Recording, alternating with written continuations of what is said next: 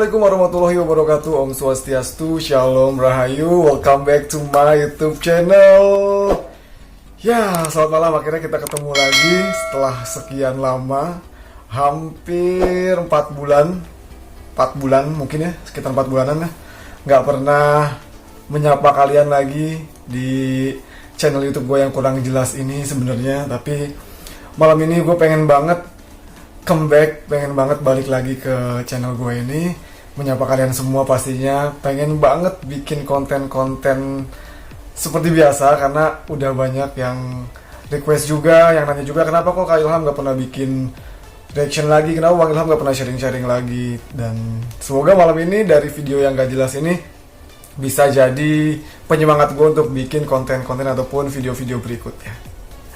Nah, kembali lagi sama gue, YouTuber abal-abal, YouTuber dan vlogger seadanya. Tapi gue berharap sih dari channel-channel ataupun dari video-video yang gue buat di channel YouTube gue ini bisa kasih dampak yang positif untuk kalian semua, bisa kasih vibes yang positif, dan semoga pastinya bermanfaat. Itu aja sih tujuan gue untuk buat channel YouTube gue. Oke, refresh lagi ke belakang, ke 4 bulan yang lalu. Gue aktif banget bikin reaction, gue aktif banget lanjutin campaign gue di mental health awareness. Tapi akhirnya gue stop karena sebenarnya banyak banget yang pengen gue ceritain ke kalian semua. Apa aja yang udah gue laluin 4 bulanan ini. Jatuh bangun pastinya untuk gue sampai up lagi hari ini. Banyak banget yang pengen gue ceritain sebenarnya. Bulan kemarin di bulan Maret sebenarnya gue pengen banget share ke kalian semua tentang lanjutin video terakhir gue tentang kesehatan mental. Kayaknya untuk saat ini momennya belum pas, karena seperti yang kita tahu, Indonesia bahkan di dunia sedang, kita bisa bilang sih sedang berduka ya. Seperti yang kalian tahu, wabah virus corona ataupun COVID-19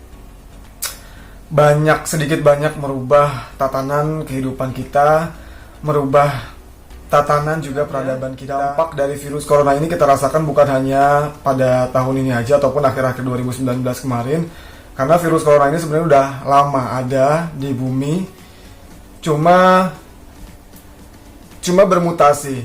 Jadi dari satu jenis virus corona itu jadi banyak banget jenis-jenisnya, dan mengakibatkan juga penyakit-penyakit yang lain. Nah, pada kesempatan malam ini gue cuma pengen sharing aja sih sama kalian semua gimana 1 minggu kemarin pasti kalian udah ngelaksanain yang namanya WFA.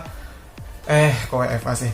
1 minggu kemarin kalian sudah, pasti untuk kalian semua di 1 minggu kemarin sudah melaksanakan work from home ataupun WFH. Sedangkan diri gue sendiri ini belum ngerasain gitu yang namanya work from home itu seperti apa gitu.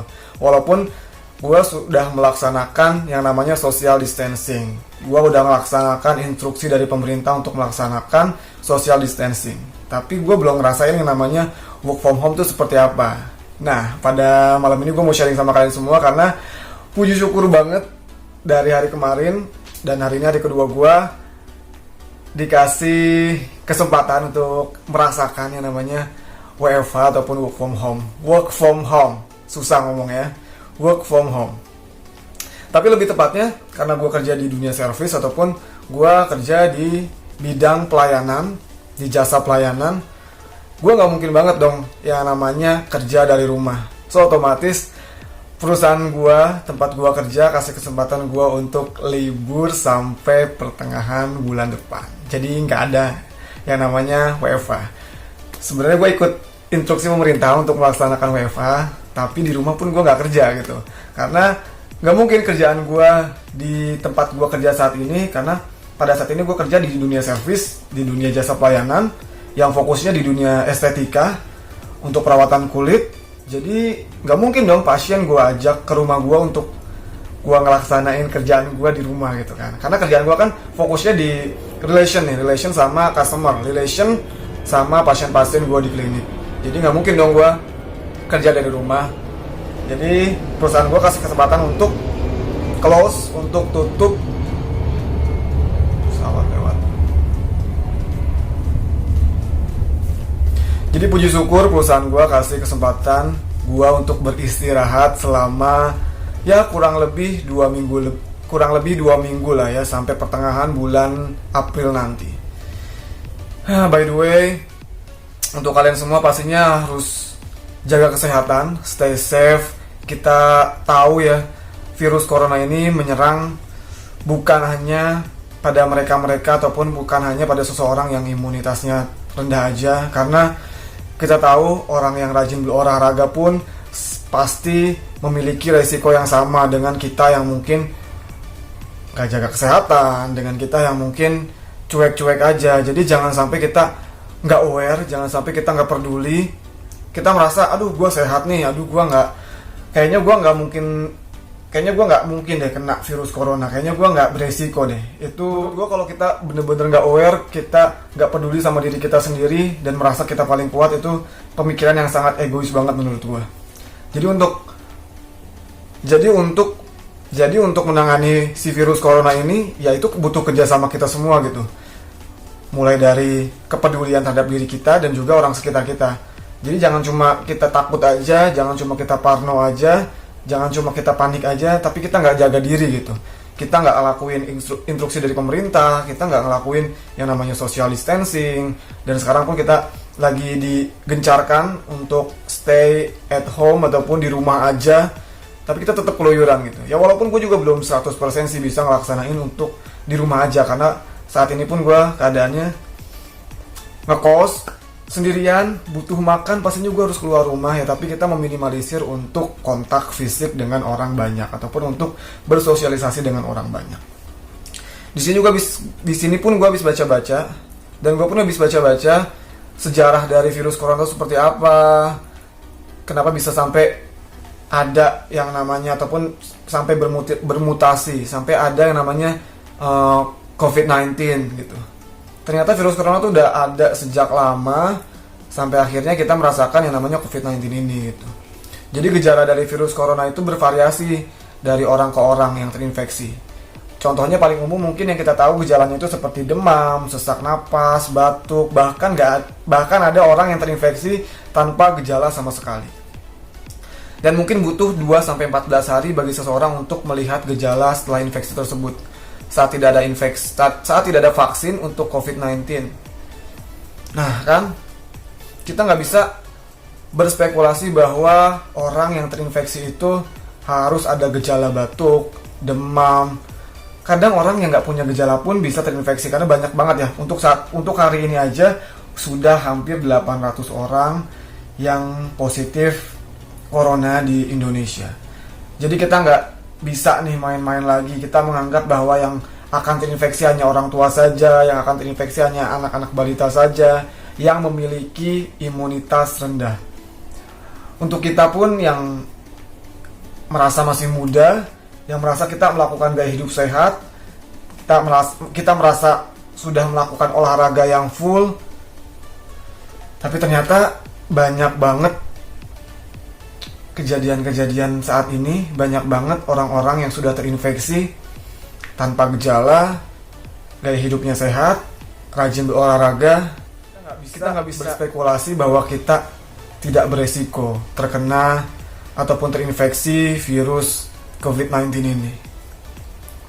Jadi untuk saat ini sih yang gue lakuin sampai di hari keberapa ya? Untuk sampai di hari ini dari beberapa minggu lalu pun gue kan nggak ngelakuin WFA nih, gue tetap kerja, tetap keluar rumah. Gue tetap kerja, gue tetap keluar rumah, tapi gue ngelakuin social distancing, dimana gue jaga jarak aman sama orang-orang saat gue berada di luar. Gimana gue lakuin apa yang diinstruksi sama pemerintah untuk jaga jarak.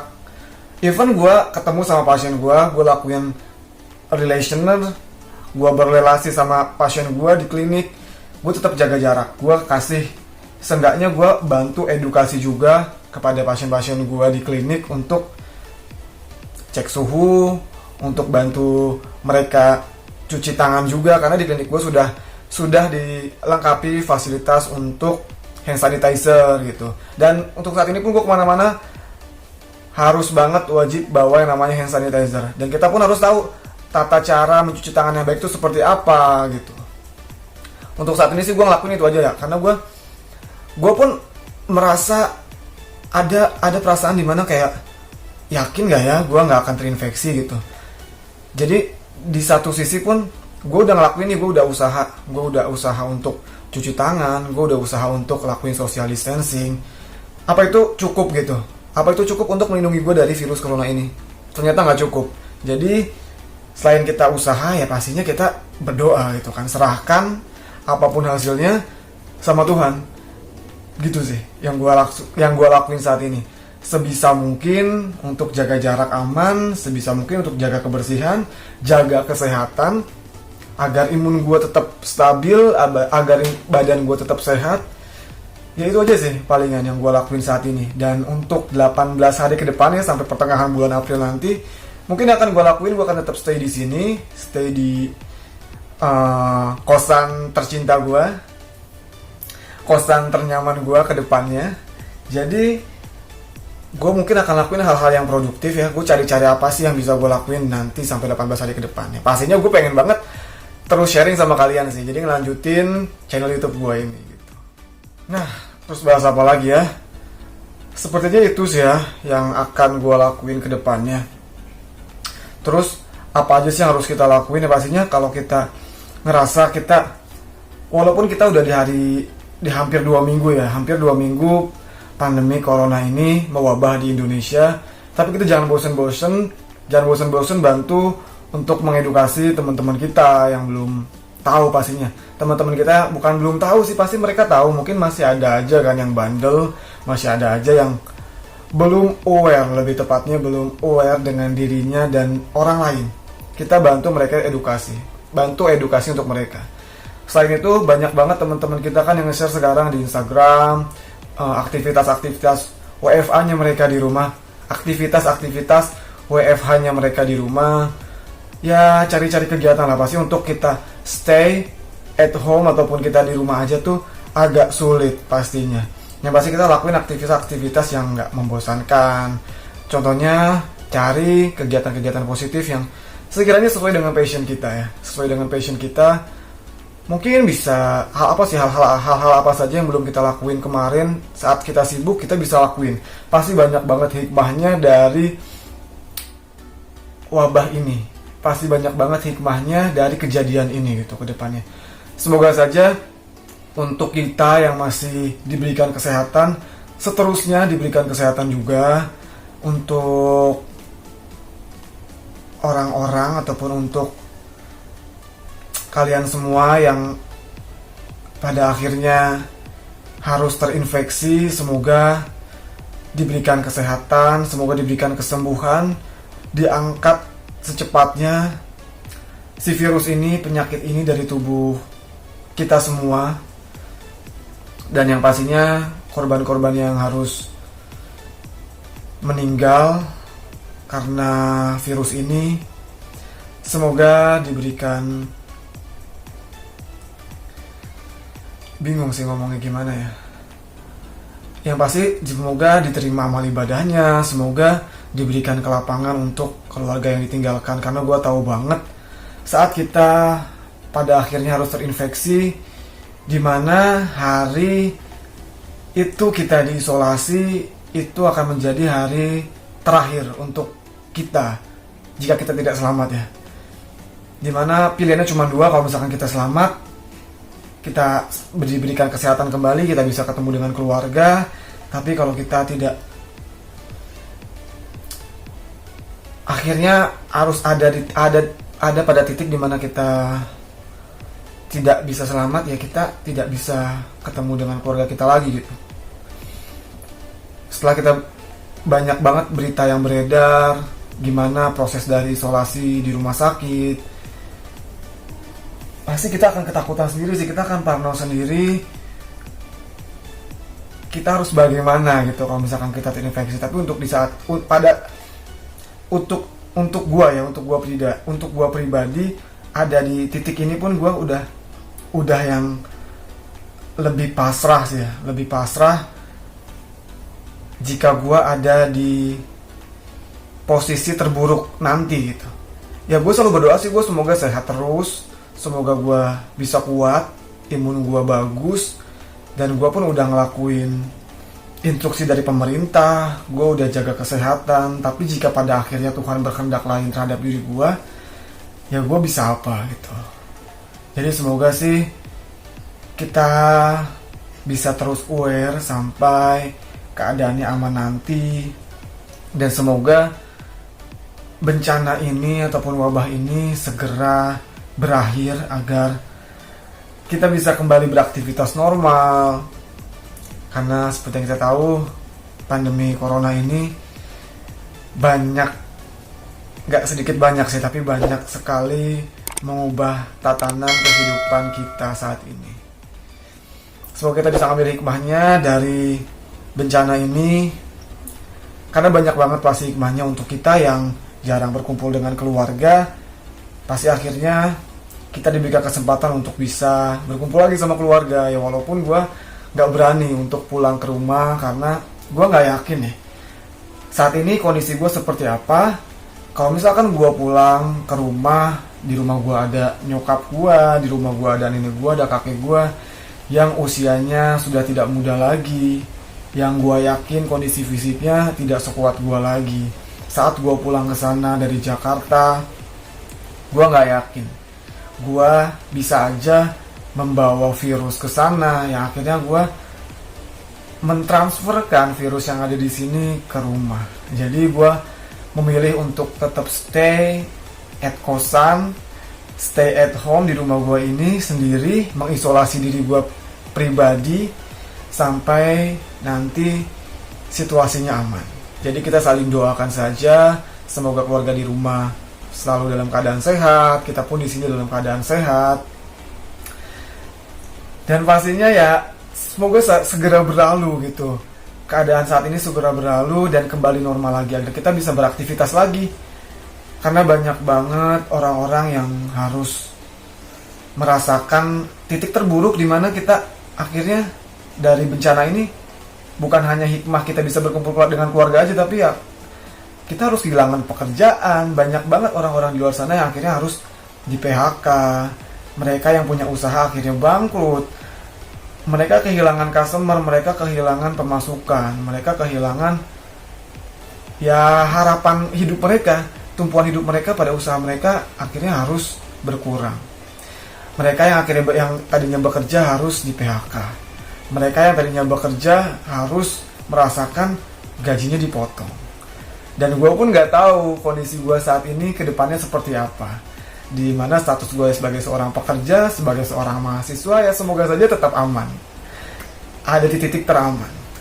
Tapi apapun kondisinya nanti kita harus terima, karena pasti akan ada hikmahnya. Dan pemerintah pun akan melakukan yang terbaik untuk kita semua. Jadi kita harus percaya terhadap diri kita sendiri, kita harus percaya terhadap pemerintah yang sudah melakukan usahanya maksimal. Jadi kita, pemerintah, tim medis, dokter di rumah sakit melakukan ataupun mereka rela mengorbankan dirinya, mengorbankan waktunya untuk tetap stay di rumah sakit membantu saudara-saudara kita yang akhirnya positif corona, dan kita di sini pun harus support mereka dengan terus berada di rumah. Itu saja kok, simple, dengan terus berada di rumah. Kita meminimalisir kontak fisik ataupun meminimalisir sosialisasi dengan orang banyak. Dengan berada di rumah itu menjadi titik teraman untuk kita semua. Itu saja mungkin sharing gue malam ini, yang bisa gue share ke kalian semua. Aktivitas gue dari pagi sampai malam ya gitu aja, di kosan, diem. Walaupun kemarin hari pertama gue dikasih kesempatan untuk WFH ataupun stay at home, gue agak sedikit bandel harus keluar, karena gue harus mempersiapkan 18 hari ke depan gue kayak gimana. Jadi gue harus mempersiapkan kebutuhan gue gitu. Itu aja mungkin yang bisa gue share ke kalian semua. Semoga dari video ini, dari apa yang gue share ke kalian semua, bisa menjadi manfaat, bisa menjadi penyemangat. Kita bareng-bareng, kita kerjasama seperti budaya ataupun tradisi kita sebagai masyarakat Indonesia, apa? Gotong royong.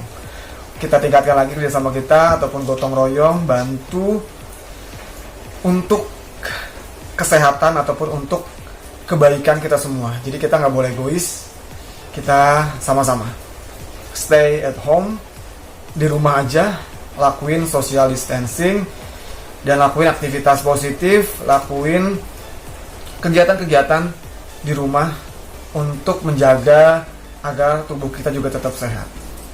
Oke. Sekian video gua kali ini, semoga jadi penyemangat gua ke depannya untuk bikin video lagi besok, dan seterusnya. Sampai jumpa di video selanjutnya. See you in my next video. Gua ucapkan terima kasih banyak untuk yang nonton dari awal sampai akhir. Untuk kalian pun yang baru mampir di channel YouTube gua ini, semoga bisa terhibur ataupun semoga bisa mengambil manfaatnya. Gua Ilham Nuzur Rahman pamit undur diri. Gue ucapin assalamualaikum warahmatullahi wabarakatuh. Om Swastiastu, Shalom, Rahayu. Bye.